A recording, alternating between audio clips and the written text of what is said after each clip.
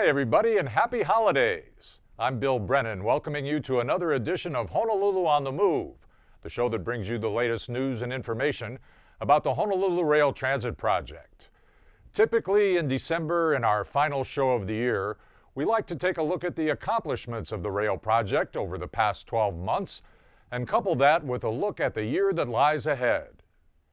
In January, the Transit Authority was joined by city leaders at the state legislature to support measures to extend the local funding mechanism for the rail project, the 0.5% surcharge on the state general excise tax. The tax was originally scheduled to end in 2022, and after many hearings and much debate, state lawmakers decided to extend the tax another 5 years to 2027. Governor David Ige signed that bill into law. The Honolulu City Council is now considering approval of the extension, and the council did last month approve measures that will allow the Transit Authority to borrow money to help with cash flow for the project. Big mahalo to the state legislature, the governor, the city council, and the mayor for their efforts on behalf of the project in 2015. 2015 was a busy year for construction. Workers have now built more than 5 miles of the elevated guideway between East Kapolei and into Waipahu Town. They've also built some of the columns that will support the guideway along the Kamehameha Highway section of the project. And of course, between the two is that portion of the guideway that crosses over the H1 freeway and is substantially complete here at the end of 2015, and was some of the most exciting and visible work on the project last year. HART also made a lot of progress this year at its Rail Operations Center in Waipahu. The center is now nearly 90% complete. The 4 buildings that sit on the 43-acre site between Waipahu High School and Leeward Community College should be done early next year, when we anticipate the arrival of HART's first rail cars. The vehicles are right now undergoing final assembly at the Ansaldo Breda plant in Pittsburgh, California. HART leaders recently traveled there to check on the work and posed for a picture. The makeup of the HART Board of Directors changed this past year. Moving on from the board were original members Kesley Hui, Bobby Bunda, and the board's first chair, Kerry Okinaga. Taking seats on the board for the first time were former Congresswoman Colleen Hanabusa, Terrence Lee, and Terry Fujii. Don Horner is now the chairman, succeeding Ivan Louis Kwan. And to provide greater transparency, HART began providing live television coverage of the HART Board of Directors meetings on Olelo Community Media. Every month now, viewers can tune in and watch live coverage or watch rebroadcasts or on-demand coverage at their convenience. HART's public involvement team had a busy year, making dozens of presentations and taking part in events such as the First Hawaiian Auto Show and the Food and New Product Show. HART now holds regularly scheduled business alliance meetings for business owners and operators along Farrington Highway and along Kamehameha Highway, where those people get construction updates and information on resources available to help businesses during construction. Another program launched this year is HART's Shop and Dine on the Line program. More than 100 vendors are now offering special discounts and deals to customers who shop in their stores or eat in their restaurants. HART is encouraging people to support our local business community during rail construction. We've also reviewed and produced several videos this past year. We'd like to share those with you right now. The proposed 20-mile elevated fixed guideway begins at the East Kapolei Station with a park and ride. This is adjacent to the planned Department of Hawaiian Homeland's residential development. It follows North-South Road to the next stop, the UH West Oahu Station with a park and ride.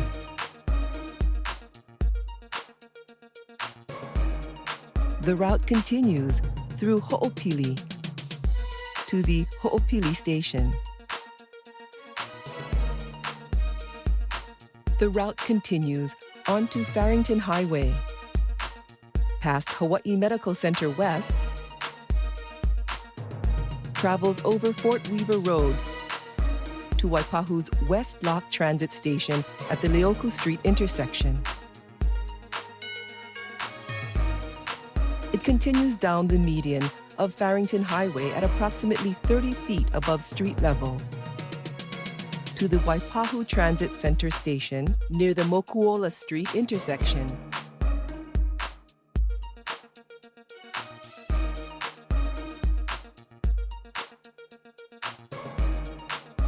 Passing Waipahu High School and the preferred site for the maintenance and storage facility.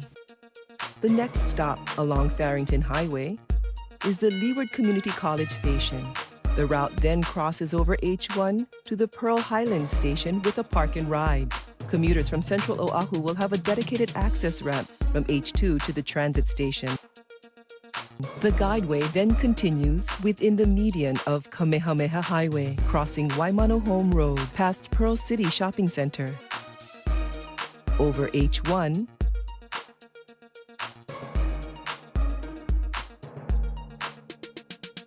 over Waimalu Stream, to the Pearl Ridge Station.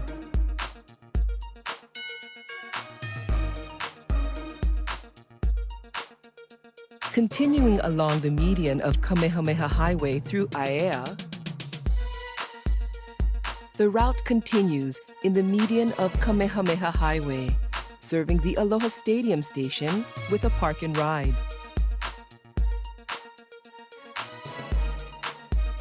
Continuing on Kamehameha Highway,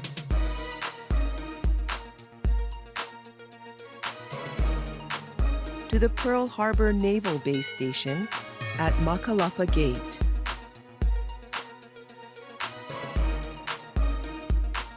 Around the Pearl Harbor Interchange,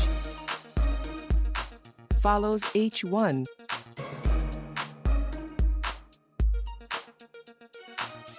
to the Honolulu International Airport Station.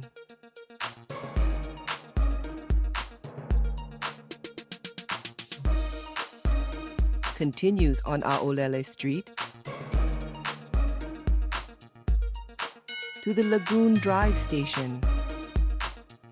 Follows the edge of Ke'ehi Lagoon Park over Nimitz Highway to the Middle Street Transit Center Station. Past Pu'uhale Road into the Kalihi Station. It travels along the middle of Dillingham Boulevard over Kapalama Stream to the Kapalama Station at Honolulu Community College. It follows Dillingham Boulevard to the Iwilei Station. Turns onto the median of Nimitz Highway past the Chinatown Station at Kekaulike Street. Then into the downtown station near Aloha Tower. Onto Halekawila Street to the Civic Center Station on South Street.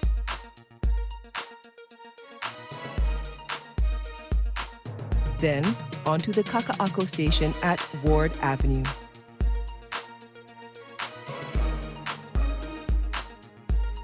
It continues Mauka onto Kona Street to the final stop at the Ala Moana Center Station terminus.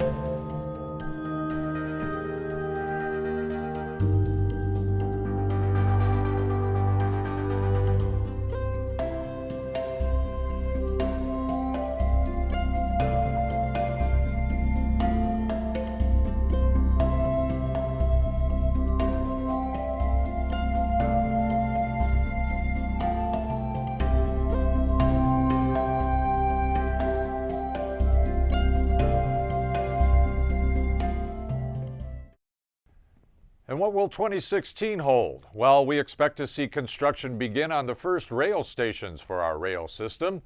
Work should wrap up at the Rail Operations Center, and the first rail cars will be delivered there in the early part of the year. They'll undergo some rigorous testing before they're certified for passenger service, and work will continue throughout Waipahu and the Pearl City areas. HART will receive the bids from the companies that want to build the second half of the rail guideway and the rail stations between Aloha Stadium and Ala Moana Center. Construction costs have risen sharply since we first undertook this project 10 years ago, but HART has taken steps to contain costs and be fiscally responsible moving ahead. 2016 promises to be another exciting year for the rail project, and we hope it's a happy new year for you, too. On behalf of all of us on the project team, mahalo for joining us today, and we'll see you again next time for another edition of Honolulu on the Move. If you have a question you'd like us to answer on our next Honolulu on the Move show, go ahead and hit us up on Twitter or Facebook, just two of the places where you can stay informed with up-to-date information on the Honolulu Rail Transit Project.